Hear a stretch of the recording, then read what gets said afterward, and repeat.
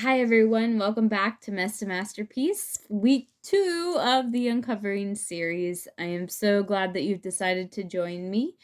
If you haven't had a chance to listen to last week, you might want to go back and listen. That will give you a better idea of what I'm going to be talking about today. But just a short recap, we were in chapter 5 of Ephesians and talking about this idea.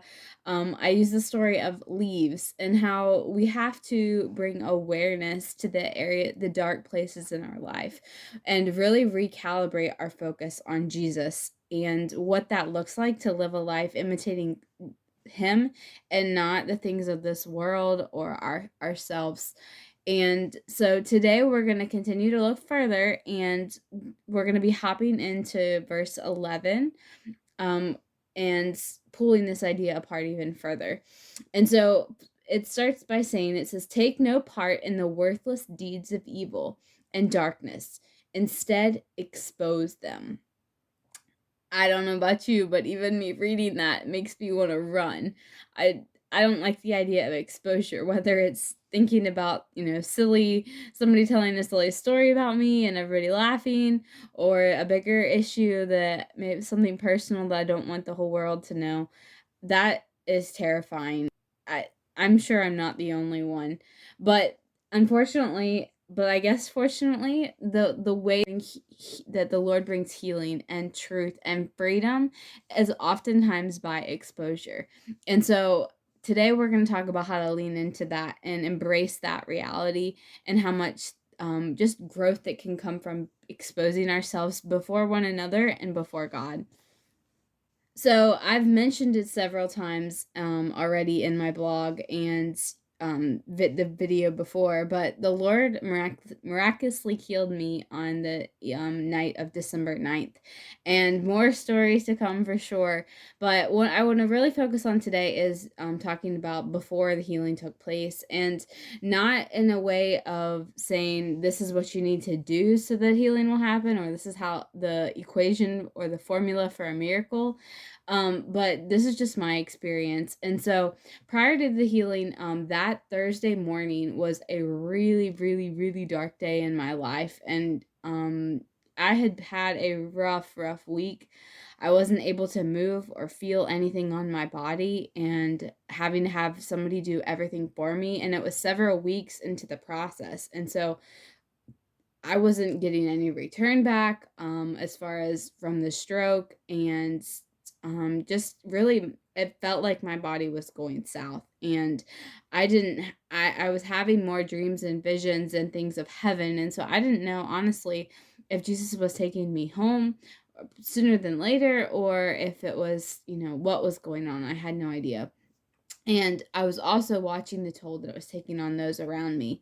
And so that Thursday morning, a lady, one of my dear friends now, came over, and we started off the morning, she asked me how I'm doing. Oh, yeah, I'm fine. And the more time that she was here, and the more time that as the day went on, she could just tell I was not okay. And so she kind of poked and prodded and lovingly, and of course, and what finally eventually got me to crack, and like the whole like dam broke forth. Like I was just sobbing, and just was just pouring out my heart. And basically that morning I was at the point with God of like, what is the point of all of this, God? Like I can't move, I can't feel, like I can't do anything. Like why am I even here on earth? Like I'm just a burden to everybody else. Like what are you doing? Like I give me an idea. Like I want to seek you, I want to honor you, I want to love you, I want to show others you, but like I just need to know and have an idea of what you're doing. And so I just began to share all of these things in my heart, and the fears that I had of practically of them not being able to take care of me and having to go in a facility or a hospital. And just I was at the just the fears just continued to keep building. I told him, I don't know if I'm going to die, and I don't want you guys to be sad, and so that's why I'm pulling away, and like just continuing to pour my heart out. And she poured her heart out as well, and sharing where she was in the struggle with me personally and the situation that we were in, as well as things that the Lord had been putting on her heart that she needed to open up and confess and share about. And so I remember looking her that day and saying, like, I can feel that the chains are falling, and I couldn't feel my whole entire body. And so how did I know that? And I have no idea, but I just the freedom that I was experiencing and sharing some of those dark, vulnerable places in my life, and the areas that didn't look so pretty. It didn't sound very religious that I was saying, what in the world are you doing, God? Or I'm scared I'm gonna die, or I'm really struggling, like I'm really having a hard time. That didn't sound pretty, didn't look pretty, but it was amazing. Not only the physical healing that later happened, but the emotional and the mental and the spiritual healing that took place there, and just being real and raw with one another and with God. And so that night, then it continued to unfold, and I was able to pray with her and another dear friend, and just pouring out our hearts to God, and basically all in our own ways saying, like, we can't do this, God. And I feel like that's the point, that he doesn't obviously want us to go through all these hard circumstances, and, like, he doesn't cause them to happen, but in one sense, he's trying to get us all to that place of being in surrender and being like, "Here, God, I can't do this, but you're gonna have to." And so that vulnerability, that rawness, that brokenness that we so often fear is what God wants us to lean into, and not to be afraid of that exposure. Even when it's the ugly things that we're not proud of, it's part of our healing, it's part of the process, and he doesn't believe that we need to be perfect as we are. We're in a process. It's part of our becoming to become more like him. And so it that he's not surprised by it. He's not ashamed of us because of it. We're not loved any less because of it, but he wants us to just bring all of ourselves to him. And I've also can see the fruit in just that story of how, when we expose ourselves before God, but before one another, the fruit that can come as well.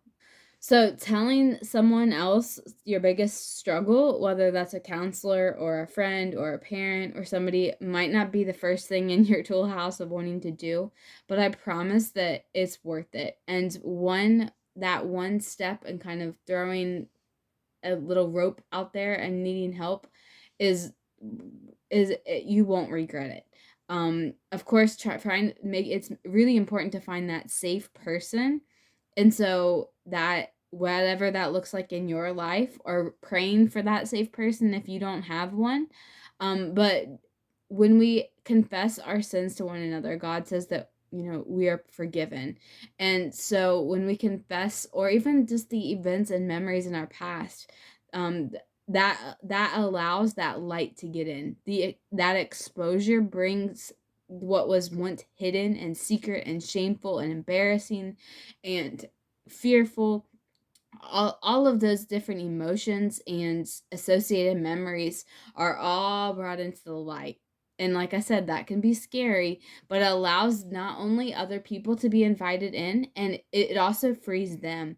When we share our brokenness, then they can see that they're human too. And that's exactly what happened that day when the woman was sharing with me. Her brokenness, her frailty, her rawness invited me to also share my heart too. And so don't be afraid to share what's on your heart, because that might just set somebody else free too. When we expose something, it also causes the enemy to lose power. He doesn't have that hold on us anymore, because it's not just us that know. And he can't use that guilt and shame and condemnation just to put us in the ground. We have that accountability of another person to, if we're struggling with sin or temptation, we can share. Even just memories though as well. That can be a help to bring it into the light, and to just know that somebody else knows you're not alone.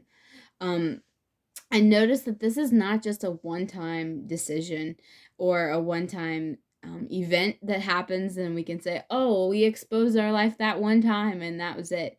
I feel like that as we grow, that it's a continual process with one another. It seems like that as I grow in relationships with other people, that it's like almost like peeling off an onion.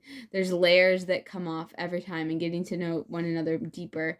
And as we get, that trust is built as well. But also with God, it's the same way. The more that we are real with Him, sometimes we have to expose daily, sometimes hourly, sometimes minutely. And that might not mean every single time that you get on the phone and say, hey, and you tell your person what you did, or a group of people or whatever. But having that openness in your relationship with God is so key.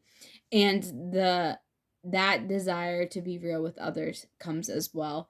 And as you continue in this process, you'll be able to figure out too, maybe the things that need to be shared and things that don't need to be shared with other people. So, for example, this past week, I was having some struggles with counseling and having some anxiety issues as we're working through trauma and different memories that are surfacing, specifically connected to Christmas. And so I had over a year ago, I had a whole season where I wasn't able to sleep in a bed. I would have anxiety attacks, panic issues, all kinds of just problems when it came to sleeping in a bed. And so I slept on my couch for nearly over a year. I'd say about 10 months out of the year. Um, and so I hadn't done that in quite a while, but I was having so many issues again that I found myself back on the couch. And I was just ashamed and scared and just embarrassed and just mad. Part of me was just mad, like, why am I back here again? Like, I thought we've worked through this. This is ridiculous, Alicia. Come on. But I have 2 roommates, and so, I would would even setting alarms to make sure that I would be back in my room, or, like, not looking like I was passed out on the couch by the time they woke up. But anyway, it finally got to where I was just like, "Oh my gosh, like, I've gotta tell somebody I need help, like, I'm really struggling." And so I shared with one of my roommates that I was having some issues again with sleeping, and I just asked if she could pray with me. And I was shocked, because instead of judging me or laughing at me, or even, like, shaming me or anything, like, she just was like, oh my gosh, like, absolutely, I will pray. Like, can I help you? Is there anything you want to talk through?